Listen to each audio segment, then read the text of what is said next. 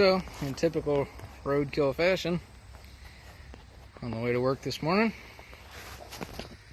nice 2-month-old fuel pump that I put on this engine when it went in is junk. So, O'Reilly's replacement, throwing it back in. Maybe it'll last another 2 months.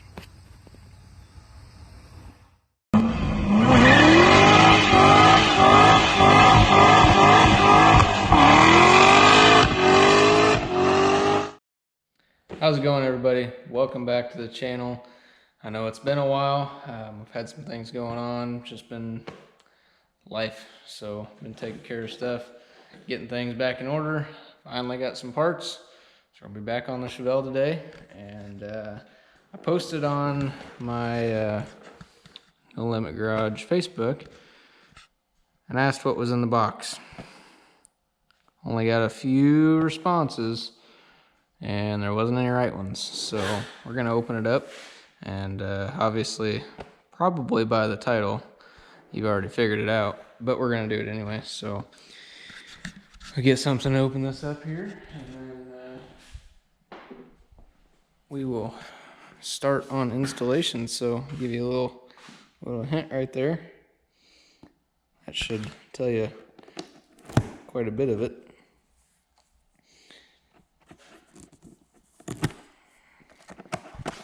Alright, now we're getting something.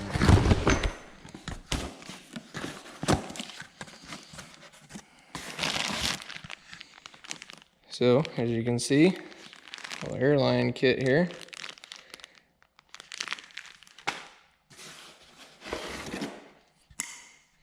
And there you have it. Old school air shocks for the back of this thing. Still been having some rubbing issues. Put them coil spacers in a while back. There was a video on that, if you guys recall. And helped for a little while. These springs are obviously pretty worn out, so over time I just kind of resettled them. It's still better. I mean, there's still plenty of room, but any weight you put on it, like I'll just leaning on it, you know, I mean, pushes it down pretty far. You hit a bump on the highway, and yeah, as you can see, it's kind of self-clearancing a bit, which is fine, but I want to just get it up off of there, and then, you know, have a little more stability in the corners. It tends to kind of roll a little bit, which you'll have, but we're gonna throw these on there, pump them up just a little bit, see what we got.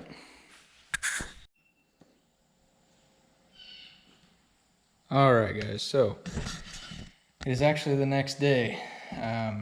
Started on this last night, as you just seen, and my plan is on the air chuck, whatever you want to call it, the valve here. Most of the time people will just drill a hole like right here and right here for each side. These actually tee together and come out to one.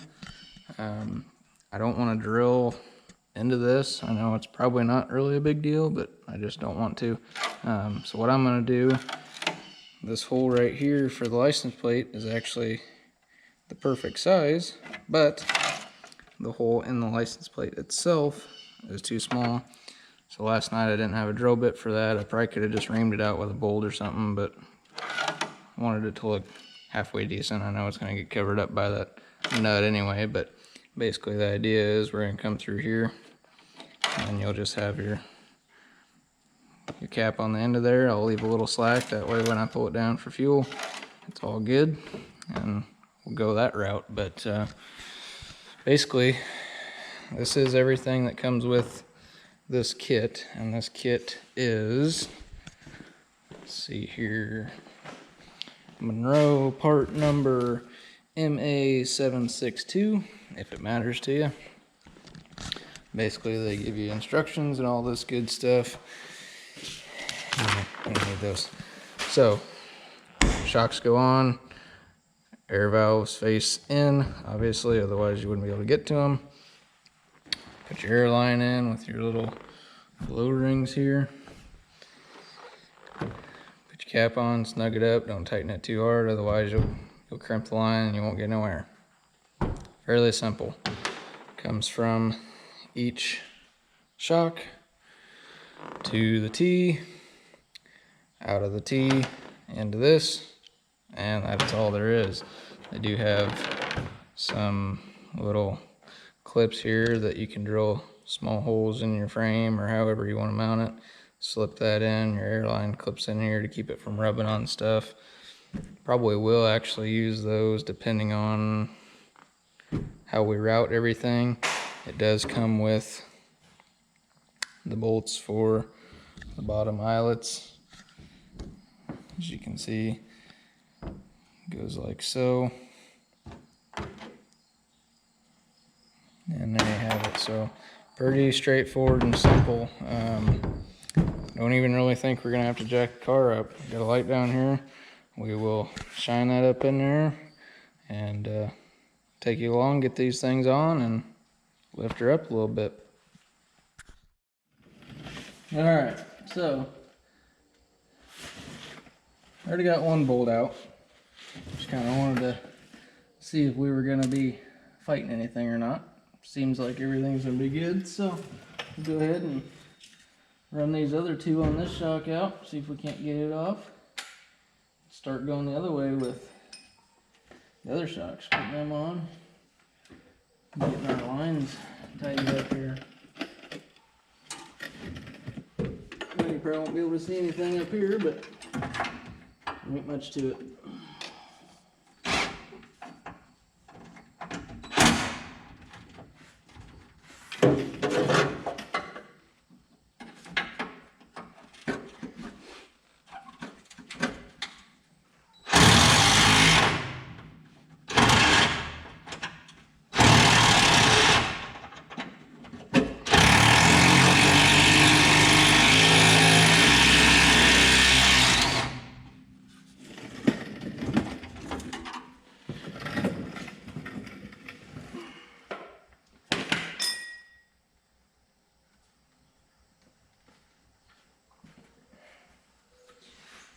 Make sure you wear your safety squints when you do this, so all this rust falls right in your eyeballs. But, believe it or not, there's number two.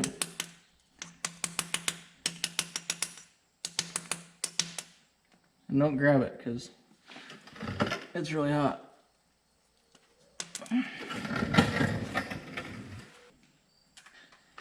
And these should have no problem, because if you remember back in the coil spacer video, we had them off, so they should be good.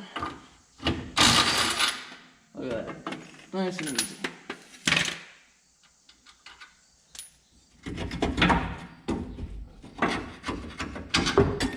And there you have it, one completely shock. We'll do the other side, and then we'll start going the other way.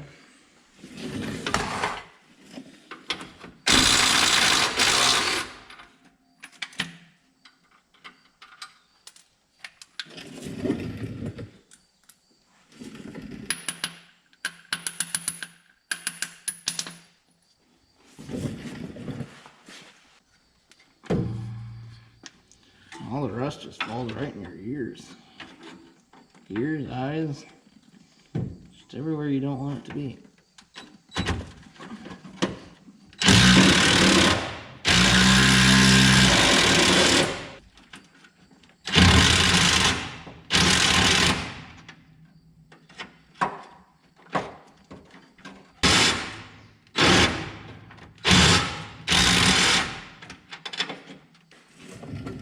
Eventually, you get to a point where you just say screw it, and you get the death wheel out. That's where we're at now. So, I'm gonna move you guys.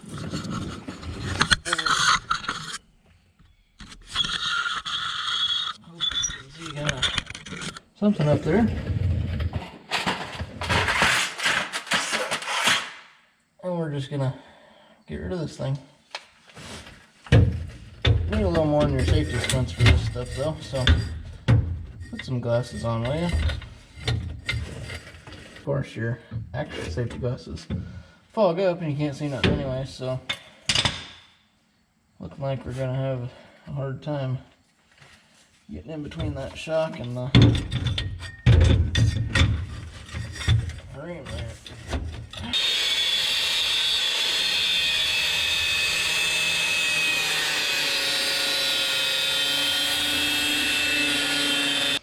There. That easy. So, obviously going together is a bunch easier. I already got the new one on that side. I'll throw this one on. We'll run our lines and test it out. Pretty simple. I already got that piece pushed through the end there. Just run it up there. Run the bolts down. All good.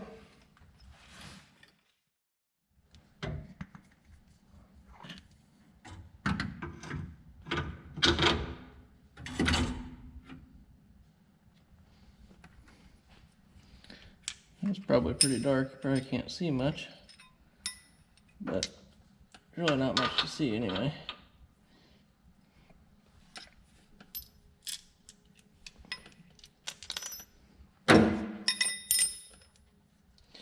Got some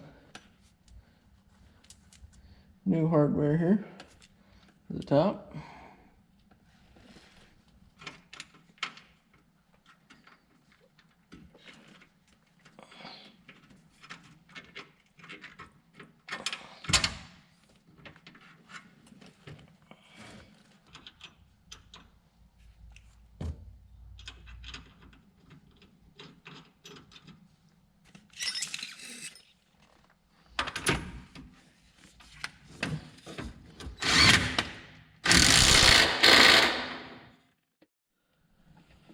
New shocks are in.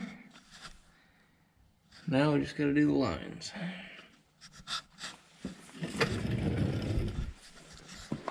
I'll probably just show you up here kind of what I'm talking about on the lines.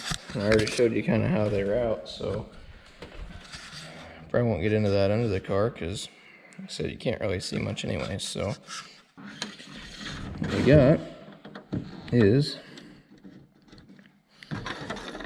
put your little connector on here,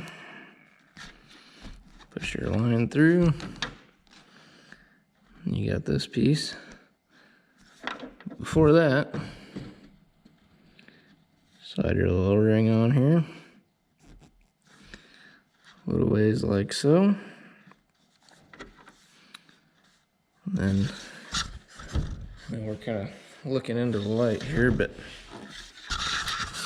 see if we can focus the other way. So you got this piece, it's got a little collar in there. Basically what you do is just bottom that out, make sure your O-ring's in there.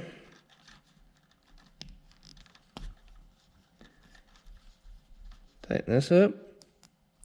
Finger tight about like that, and you're good. So this will go to a shock, this will go to a shock, and then this will go to that center Schrader valve, air valve, valve stem, whatever you want to call it, that will come out the back of the car.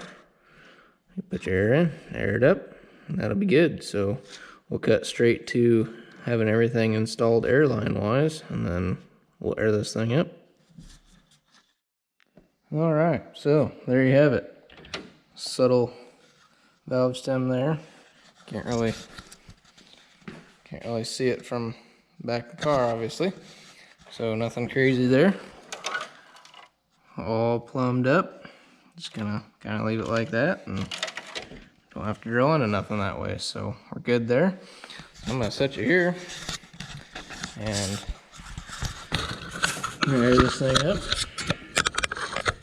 check for leaks and see how much it lifts the whole thing up, and hopefully we won't have any more rubbing issues. Get this little shock out here. Here goes nothing.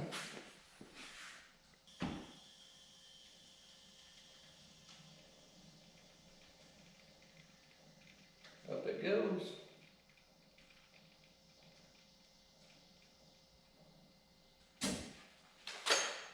That right there is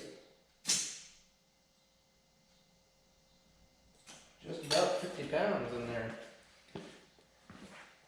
So, raised her up pretty good, really. I mean, that's the biggest thing right there. No more bottoming out, so I'm happy with that. That looks pretty good. All jacked up like an old school muscle car should be. There you have it. I know it's not a huge change, but like I said, it's definitely helping with that rubbing issue we got. Stiffens it up quite a bit. So there you have it, guys. That is the air shock install. Really nothing to it. You know, it might not be the most exciting thing in the world, but there you have it. So in other news, event wise, obviously we were supposed to go to Cleveland Cars. That got postponed until 2021. We were supposed to go on Power Tour. That got canceled. So really not much else going on. In a couple weeks, there is Rocky Mountain Race Week 2.0. I was planning on going to that. Turns out nobody will answer me to get registered, so doesn't look like that's gonna happen. I've called several times, left several messages, haven't got any response, so it doesn't look like Rocky Mountain Race Week is gonna happen. I've had thoughts, I already have the time off, so I've had thoughts of going and reviving something, possibly driving it back, since I have the time off, and then just turn around and selling it. We'll see what happens there, but as of now, Bike Fest Lake of the Ozarks, that's gonna happen. Doesn't really pertain to the channel, but I might video some of it and you might see some of it. But as for now, that's it, guys. Thanks for watching. As always, share if you would, please. That helps a ton. Like and subscribe, and we'll keep it coming to you.